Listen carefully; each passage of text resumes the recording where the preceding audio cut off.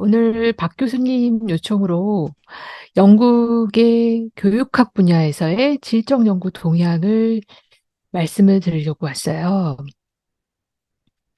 아마 이제 이번 주에 해석학에 대한 공부를 하셨다고 하셔서 더 도움이 많이 되실 것 같은데요. 일단 오늘 내용은 이렇게 진행하려고 합니다. 먼저 영국의 질적 연구가 어떻게 흘러왔는지, 그리고 어, 이 짧은 시간 동안에 1시간 남짓 되는 시간에 영국의 질적 연구의 모든 내용들을 다루기는 불가능해요. 거의 한 학기 분량의 내용이어서. 하지만 이제 제 나름대로 영국의 질적 연구의 동향을 Critical Qualitative Research 동향과 Post Qualitative Research 동향으로 나눠서 재구조화를 해봤습니다. 일단 영국의 질적 연구 동향을 말씀드리기 이전에 영국의 박사 과정에서 주로 다루고 있는 연구 방법에 대한 걸 먼저 말씀을 드리고 싶은데요. 영국은 거의 80% 이상의 박사 연구가 질적 연구로 진행이 되고 있어요. 좀 과장해서 말씀드린다면, 어, 이제 양적 연구를 하는 친구들의 경우에는 나 양적 연구해, 뭐, 서베이도 하고, 뭐, 이런 얘기를 하는 것이 좀 부끄럽다고 해야 될까요? 좀 자신 있게 얘기하지 못하는 이런 분위기였던 것 같습니다.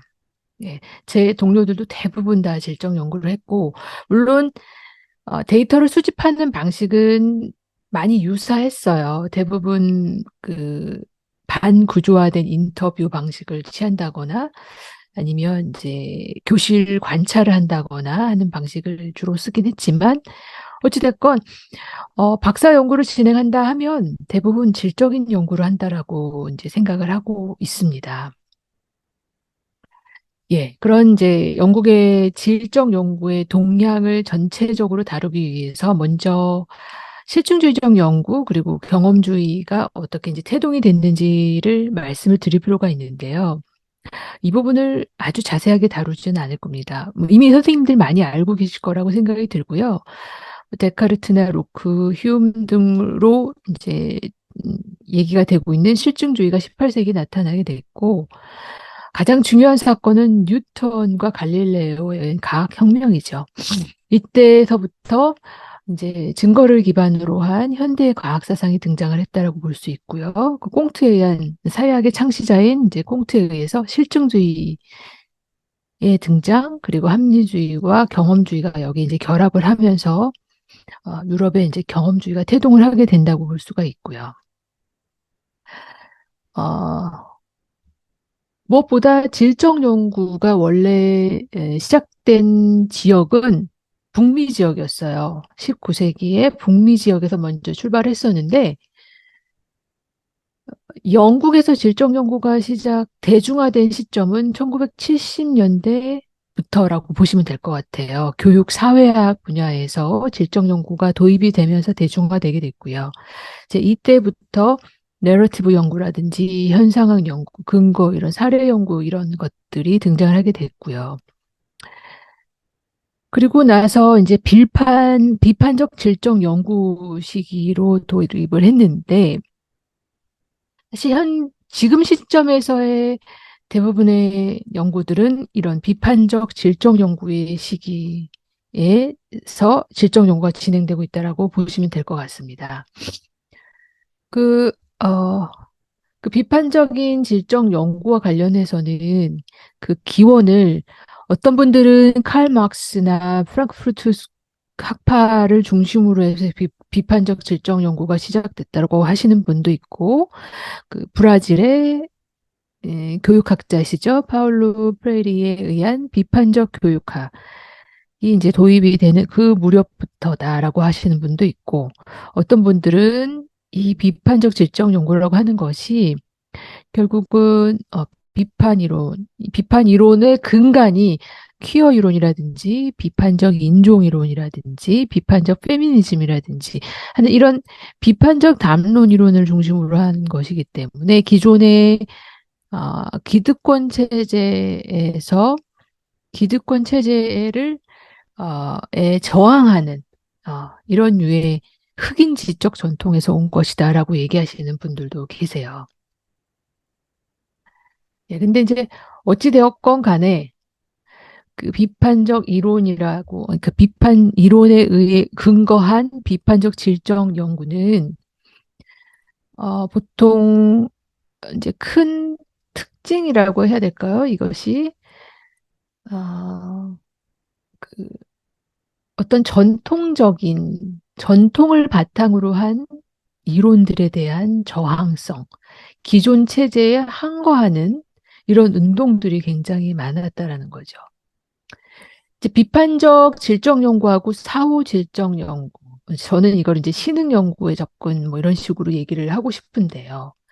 이 둘은 서로 다른 이론적인 렌즈를 근간으로 하는데,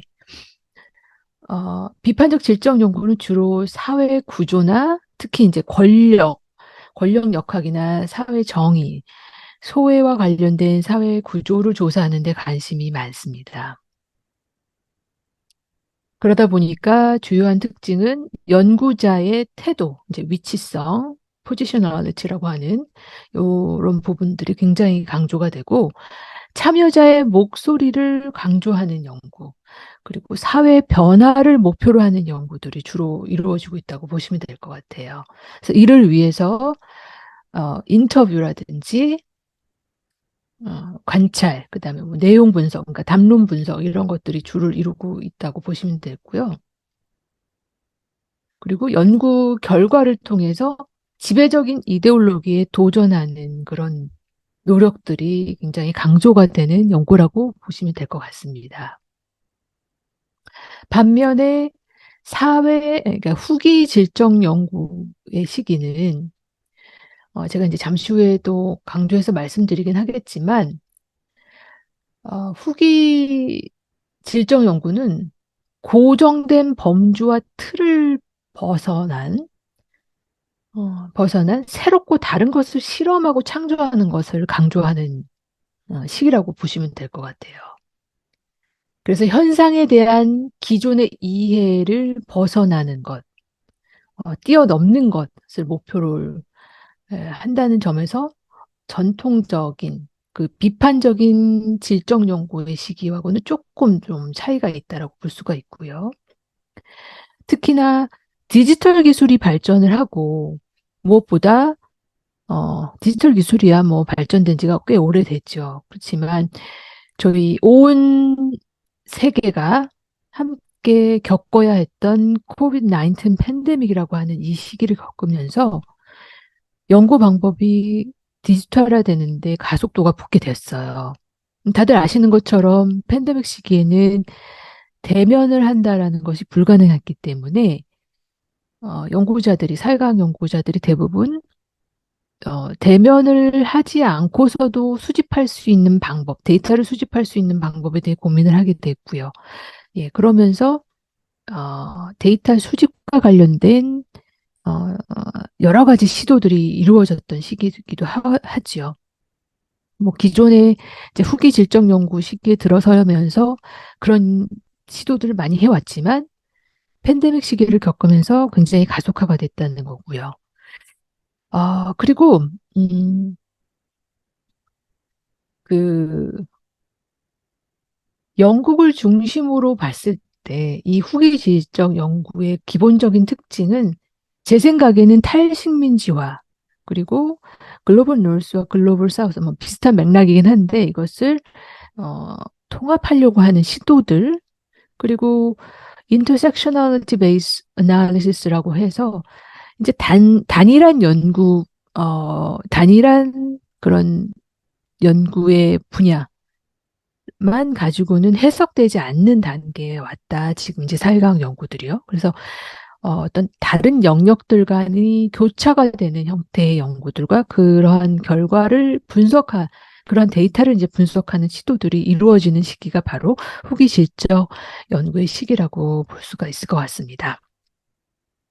이 시기에 주로 많이 이제 진행됐던 연구는 그래서 이제 트랜스디스플리너리 리서치라든지 비주얼 혹은 멀티모달 리서치들. 그다음에 요즘 최근에 가장 영국에서 각광을 받고 있는 연구는 이제 예술 기반 연구. 이런 것들이 굉장히 많이 각광을 받고 있죠.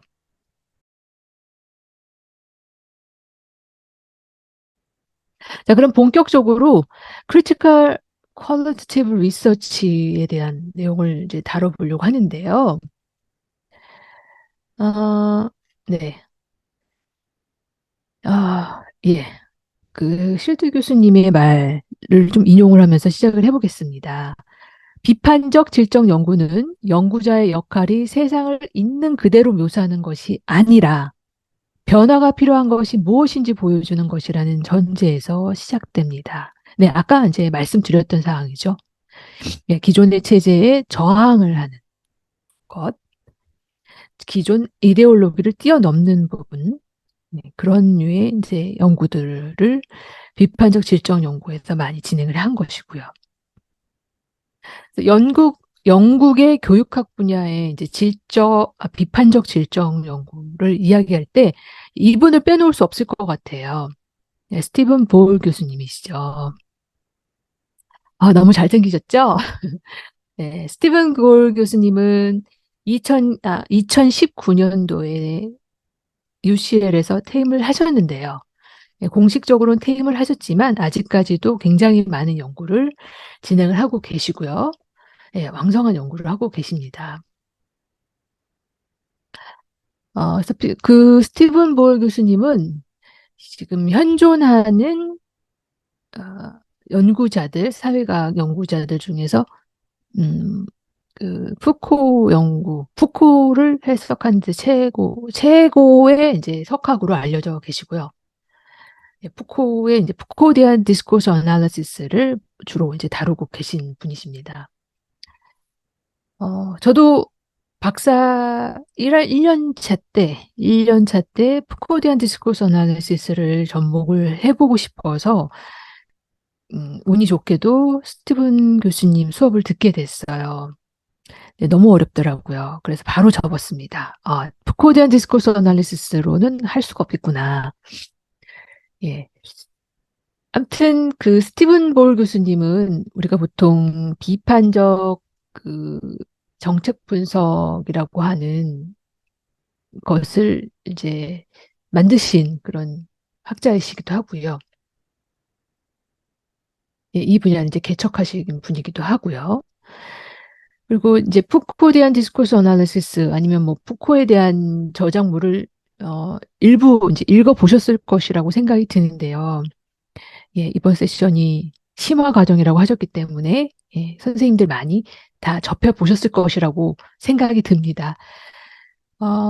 예컨대 이제 푸코의 많은 저작물들 중에서 우리가 어쩌면 가장 많이 알고 있고 많이 읽으셨을 것 같은데요. 감시와 처벌에 나타나 있는 감옥 담론을 들여다 보면 어떠세요? 감옥 담론은 권력 이론의 관점에서 해석을 하게 되잖아요.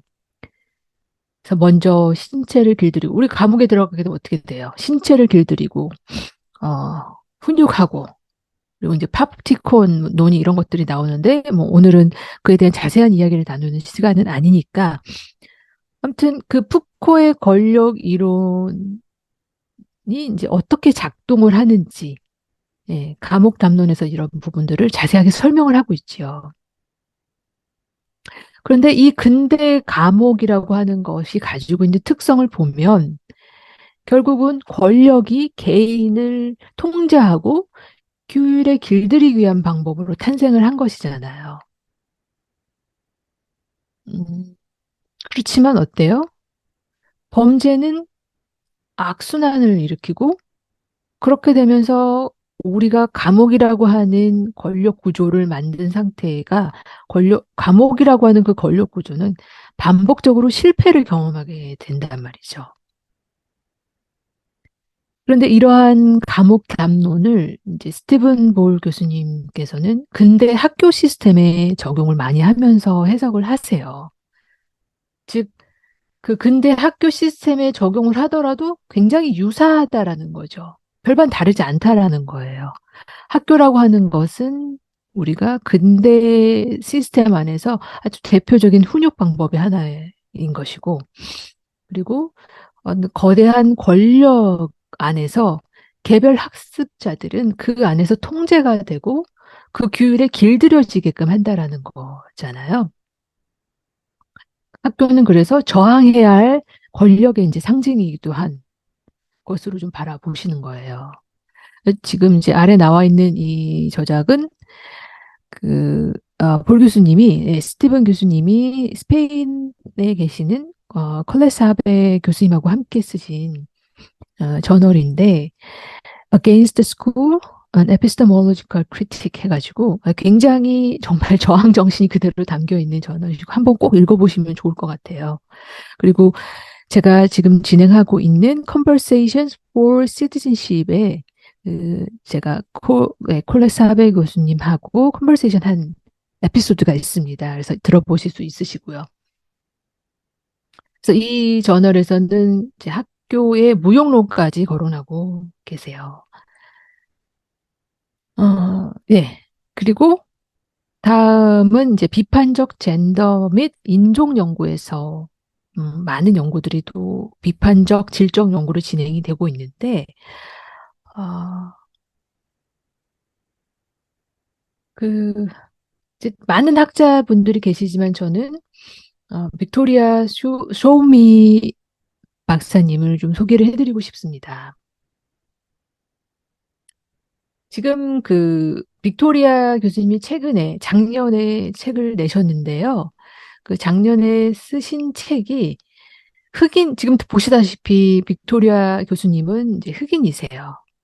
예. 근데 흑인인데 이분이 아마 나이지리아 출신인가 그러셨던 것 같아요.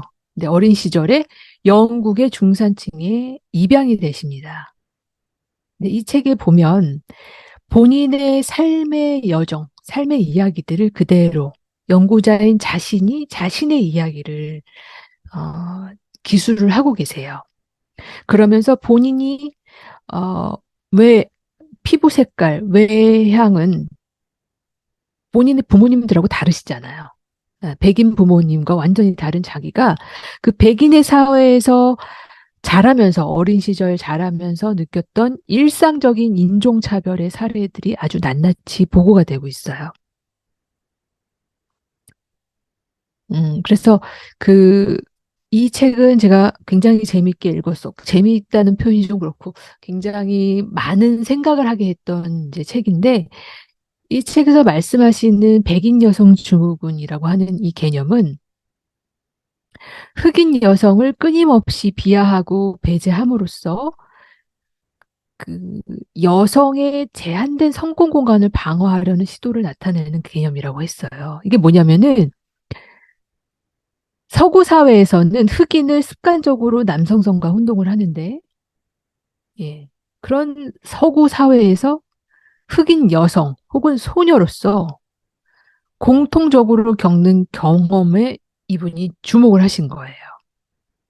그리고 영국 페미니즘 문학에서 누락된 영국 흑인 여성, 영국 흑인 소녀들의 경험을 굉장히 자세하게 거론을 하고 있습니다. 그러면서 이분이 말씀하시는 sophisticated and everyday racism이 등장을 하게 돼요. 그래서 오늘날 지속되고 있는 현대 사회에서 정교하고 일상적으로 인종적으로 차별을 하기 위한 여러 가지 전략들, 이게 이제 학교라는 맥락, 그다음에 사회라고 하는 맥락에서 어떻게 전개가 되고 있는지, 이걸 이제 개념화하면서 얘기를 하고 있는데, 이제 크리티컬 내러티브 리서치를 통해서 진행을 하고 있고요. 그래서 이분의 이제 연구들은 보통 뭐 안나 줄리아 포라든지 벨 훅스, 안젤라 데이비스나 뭐 앨리스 워커가 발전시킨 흑인 페미니즘의 전통을 좀 넘어서는 그런 연구로 이제 평가를 받고 있습니다.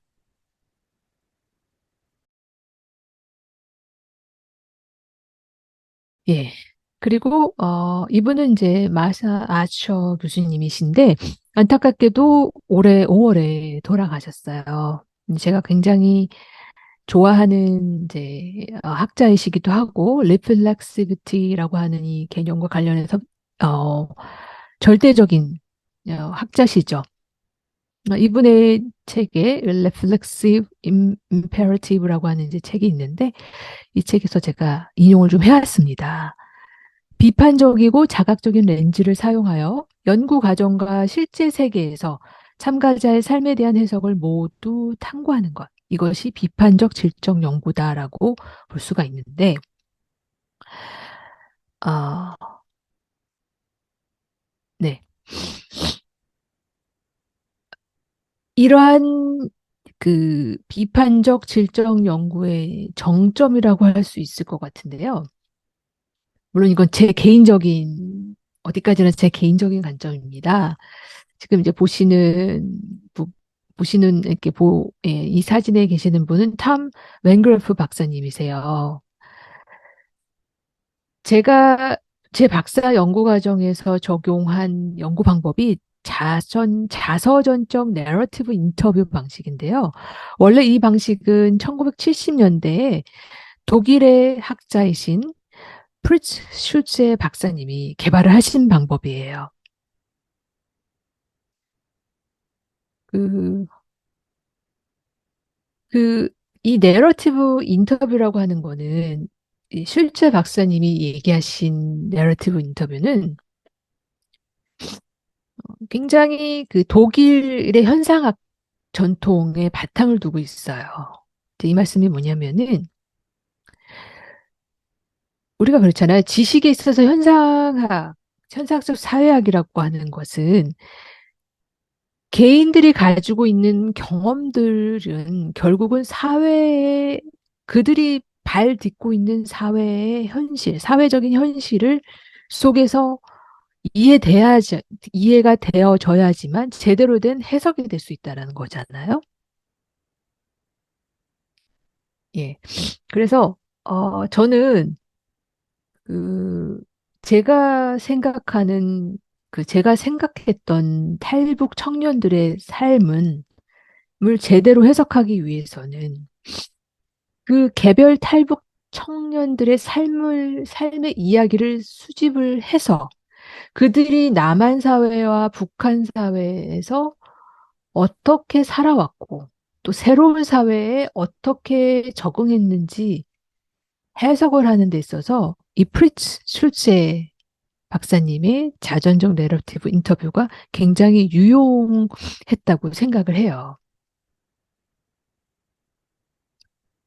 예, 근데 요, 그, 프리츠 슐제 박사님의 자전적 내러티브 인터뷰 방식을 탐 맨그래프 박사님이 1990년대 영국에 처음으로 소개를 하세요. 그러면서 영국 환경에 맞게끔 전기 서사 해석 방법, 즉 Biographic Narrative Interpretative Method, BNIM이라고 하는데 약간 변형을 시켜서 소개를 하게 됩니다. 본인이 영국의 사회학의 전통을 바탕으로 해서요. 그래서 이 슐츠 박사님하고 웬글프 박사님이 말하고 있는 내러티브 방식은 내러티브 인터뷰 방식은 약간의 차이가 있어요. 이제 주된 차이는 BNIM의 경우에는 어, 사회 언어학적 텍스트 구조에는 별로 아니 별로는 아니지만 아무튼 덜 초점을 맞추게 되고 이렇게 개인들이 가지고 있는 회고적인 이야기, 그 개인들의 특정 사건, 그들이 겪었던 과거의 특정 사건들, 그거에 초점을 맞추고 있어요. 그리고 그 과거를 회상을 하면서, 회고를 하면서, 인터뷰를 하다 보면은 결국은 이제 첫 번째 인터뷰 이후에 이제 후속 인터뷰를 진행하면서 또 새로운 관점들을 이끌어내고 그걸 다시 해석을 하고 하는 형태로 하는 반면에 슐제 박사님의 접근 방식은 개개인들의 경험도 물론 살펴보지만 개개인들의 경험을 이제 인터뷰를 통해서 보기도 하지만 그 개인들이 속한 사회 구조, 그 사회 구조와 그 프로세스의 구조들을 같이 봅니다. 예. 그래서 여기 이제 제가 써놓은 것처럼, 어, 개인의, 뭐라고 해야 되죠? 이제 개인 및 제도적 행동 계획, 그 다음에 고통의 계정 및 변형 해가지고 결국 개인들이 경험하는 사건과 고통과 이런 경험들은 그 사회를 떠나서는 생각할 수가 없어요.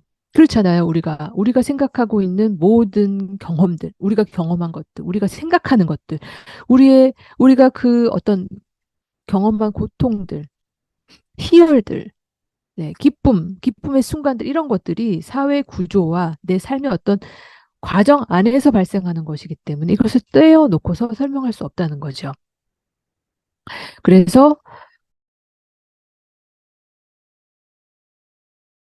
제 연구에서는 결과적으로 이제 두 분의 연구 방법들을 놓고서 고민을 하다가 결국은 이제 슐제 박사님의 자전적 내러티브 인터뷰 방식을 취하게 됐는데 지금 이제 보시는 것처럼 저의 경우에는 이제 북한에서 시작을 해서 예, 중국으로 그리고 어떤 분은 이제 몽골을 통해 가지고 남한으로 입국하시는 이건 초기 단계세요. 탈북 이제 초기 단계에 계시는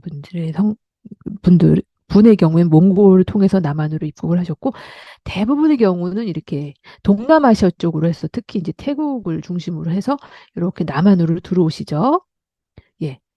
그리고 이제 남한에서 다시 영국으로까지 이어지는 이 긴 이주의 경험을 제가 수집을 하게 됐고요.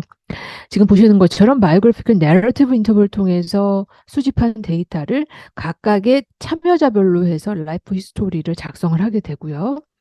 그리고 저 같은 경우에 한 네 분 정도는 디지털 오토바이오그래피컬 라이팅 메소드를 접목을 해서 개인들이 탈북 청년들 스스로가 자신의 삶의 이야기를 쓰시도록 했습니다. 이러한 방식을 이제 쓴 것이 제 박사 연구가 이제 최초가 됐고요. 불가능할 것이라고 생각했지만 굉장히 잘 써주셨어요. 특히 어, 약간 섣부른 결론일 수도 있겠지만 그러니까 남한에 계신 청년분들이 쓰신 것보다 영국으로 이주해서 영국에서 중고등학교와 대학생들을 제가 참여자로 초대를 했기 때문에 그 영국에 정착한 탈북 청년들의 디지털 저널의 내용이 훨씬 더 풍부했습니다. 예. 이것은 아무래도 어, 이제 우리가 이제 문화 자본이라고 하죠. 부르주의의 그 문화 자본이 훨씬 더 풍부해졌기 때문이라고 생각하기도 했지만 이제 제 논문에서 보면은 코스모폴리탄 캐피탈 그리고 소셜 캐피탈이라는 개념이 나오는데 그만큼 풍부한 사회 자본을 형성을 하면서 이분들이 이런 그 자신의 이야기를 오케스트레이트 한다고 하죠. 다양한 이미지와 유튜브 영상과 사진 자료들과 이런 것들을 다 접목해서 디지털 저널을 쓰시게 되세요. 뭐 시간 관계상 뭐 자세한 내용을 좀 넘어가도록 하고요. 지금 보시는 것은 제가 이제 수집된 데이터를 어떻게 분석을 했는지의 과정을 보여주는데 제가 데이터를 분석할 때 접목한 방식은 IPA, Interpretative Phenomenology Analysis라고 해서 해석학적, 현상학적 데이터 분석 방식이 있어요. 이것도 이제 그 스미스 스미스 교수님 영국의 스미스 교수님이 만드신 방식인데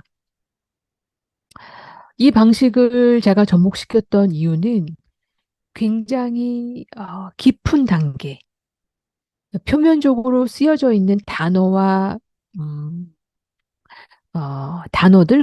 문장들만을 분석하는 것이 아니라 그 이면에 담겨 있는 각 참여자들의 느낌, 기억들, 그것들이 어떤 의미를 가지고 있는 것인지를 면밀하게 검토하기 위한 방법으로 가장 최적이라고 생각을 했어요. 그리고 각 참여자들이 같은 이주의 경험, 같은 탈북의 경험을 하더라도 그들 각자가 북에서 경험한 것, 북한에서 경험한 것들, 그다음에 이주를 하는 과정에서 경험한 것들이 굉장히 많이 달랐어요. 아마 단순히 서베이를 진행했을 때는 발견하지 못했던 어떤 패턴들, 고유의 패턴들과 고유의 특징들을 찾아내는데, 저희가 이제 그것을 이제 영어로는 idiosyncratic이라고 하는데, 이것들이 굉장히 명확하게, 명징하게 드러낼 수 있는 그런 연구였었습니다. 그런 분석 방식이었습니다.